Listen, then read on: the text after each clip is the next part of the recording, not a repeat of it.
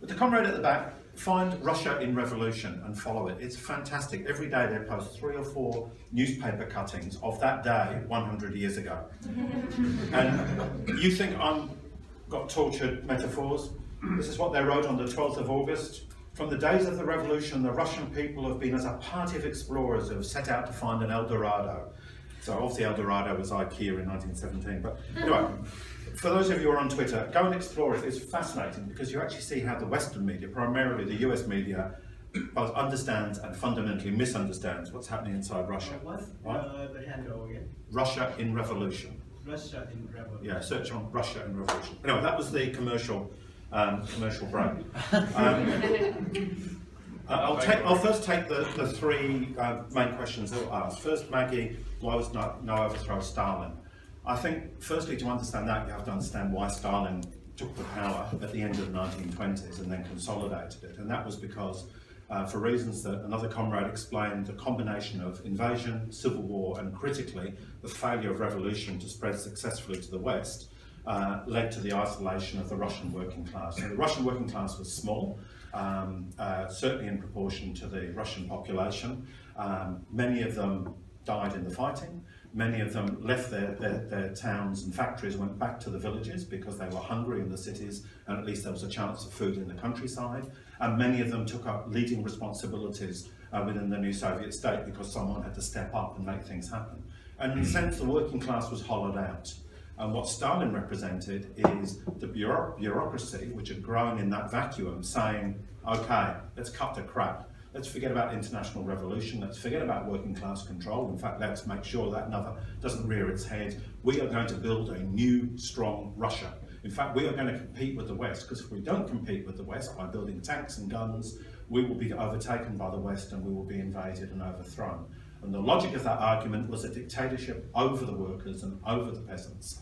And so in the 1930s, there were the show trials where he literally had to liquidate, in other words, execute everybody in the Bolshevik party, which had now become the Communist Party, who could remember what actually happened in the revolution, who could remember the living spirit of the Soviets, and one after the other, he had them executed, or in some cases, they managed to flee overseas. So by the time you get to the 1930s, his dictatorship is absolute, and to rise up against it is a death sentence. And at some level, he then bought himself some time with the Second World War because he could create this great patriotic feeling against the Nazis and actually win some popular support. That's the short answer. But remember, eventually, it didn't happen under Stalin, but eventually people did rise up in 1989, 90 and 91. They did actually bring down the old Soviet state. And before that, the workers in East Germany rose up in 53, the workers in Hungary rose up in 56, the workers and students in Czechoslovakia rose up in 68, the workers rose up in Poland in 1980 and 81. So Stalinism was always contested from inside the Stalinist empire. The second question is effectively what would have happened if they postponed the October Revolution and gone for a period of economic growth. We know what would have happened. Probably several 100,000 people would have been murdered. What happened in Chile in 1973, and comrades talked about that, where people, the left, the activists, the trade union leaders, the working class community leaders were put in the national football stadium and then they were gunned down. That's what would have happened. In one sense, there was almost no choice. It was either revolution or to have to run away from mass murder, and of course not everybody would have made it away.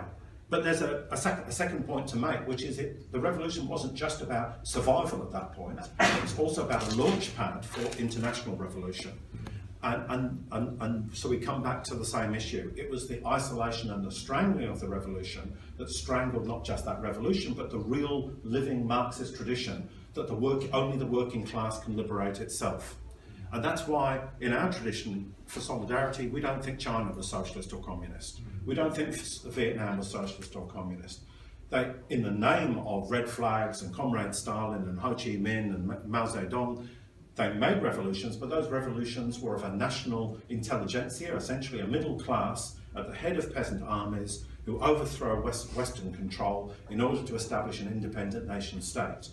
That was a step forward for humanity, but it wasn't a step towards socialism. It was a step towards a new state dictatorship that would drag the country up by its bootstraps. And that really leads into the third question about the ethnic minorities in the Middle East. The reason why ethnic minorities, and there are so many of them across the Middle East, cannot look to the left as it is currently constituted, with clearly some honourable exceptions. And we have comrades in Turkey, in Lebanon, in Egypt, and possibly in other countries. They're certainly the three that I can think of. But for the most part, the left in the Middle East bought the Stalinist model. It bought the model that only a capitalist revolution was possible, that the working class had to subordinate itself to the rising capitalists, and effectively they bought into the idea of the nation state. And once you've accepted the nation state, even if it's a nation state that was invented by Sykes and Picot sitting down with a map 100 years ago and dividing up the world according to England and France, once you accept the nation state, then you accept that the minorities within that nation state have to accept the nation state, and therefore they have to be repressed if they step out of line. We stand in the tradition of Lenin, and that is, if the Kurds want their own state, they are free to do so, whether they are in Turkey, Syria, Iran or Iraq. If any other minority wants to create their state, they are free to do so, because we cannot unite freely unless people have the right to depart freely. It has to be a relationship based on complete equality. Just want to sort of sum up by talking about, I suppose, some of the bigger question, which is lurking in the room, which is, can it happen here? And someone said, no, not tomorrow. Well, I think it was 1913, Lenin famously said, not in my lifetime. So don't be too quick to make forecasts. And if you like, actually look at my footy tipping for this weekend, definitely never make forecasts, because I've got most of the games wrong. And let's face it, the world is very different from 1917. Fundamental differences. In 1917, Collingwood won the AFL Premiership. They are not going to win the Premiership in 2017. The Balmain Tigers won the NRL Premiership.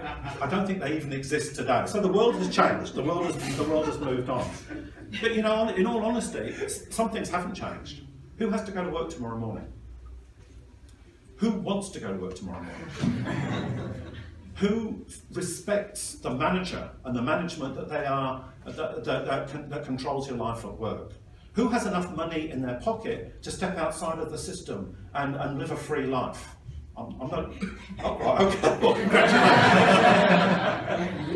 Get Jews off you, You have to get old first. Well, that's the point. Yes, retirement actually is a very limited form of liberation, unless you're just on the pension and your power bills are going up out of sight and your rates are going up. And we know elderly people really worry about their rates, and so on and so forth. The reality is we are trapped in the same fundamental relationship that the metal workers, the textile workers, and even the domestic workers of St. Petersburg and Moscow were trapped in 1917. There is a social relationship between capital and labour, and it ain't in our favour. Capital, the 1%, the ruling class, however you want to call them, whatever label you want to put on them, actually to the extent to which anybody controls the system we live in, and it's not entirely under people's control, anybody's control, but to the extent to which there is control, it's not in our hands, it's in the hands of the people who would rather make a profit than meet human need, who will not build the hospitals that people need if they can't make enough money out of it, but will build a casino because they're guaranteed to make a hatful of cash. That hasn't changed. Are women still oppressed 100 years on? Of course they are.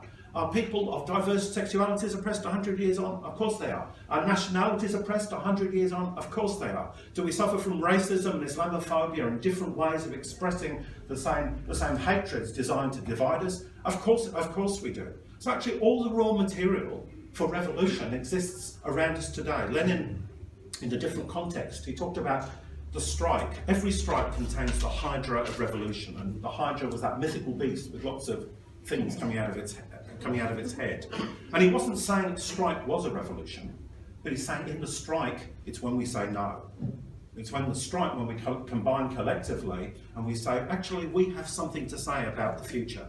We have a different way of organising things. It might be just rosters, it might be pay, it might be casualisation, but we are pushing back and we are trying to determine a little bit of our life. So all the raw material of revolution is around us today. The people walking down King Street, hanging out, having brunch, smashed avocado, bugger the mortgage, let's have smashed avocado on toast. Those people are part of the revolution. The people in the western suburbs who actually perhaps aren't at this point open to voting for same-sex marriage.